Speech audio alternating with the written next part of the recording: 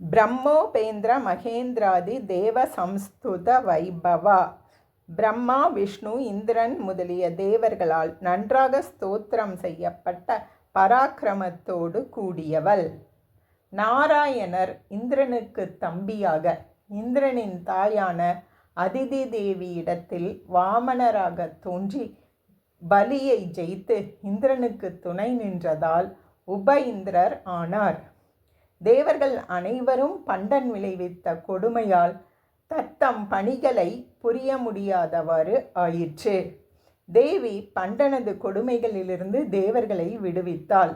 அப்பொழுது தேவர்கள் தேவியின் பெருமையை உணர்ந்து போற்றினார்கள். அவளது அருளால் அவளது சக்தியின் அம்சத்தை பெற்றதால் தேவர்கள் தெய்வீக பணிகளை நிறைவேற்ற முடிந்தது. இது அவளது வைபவம், விபுத்தன்மை, சர்வாத்மத்துவம்.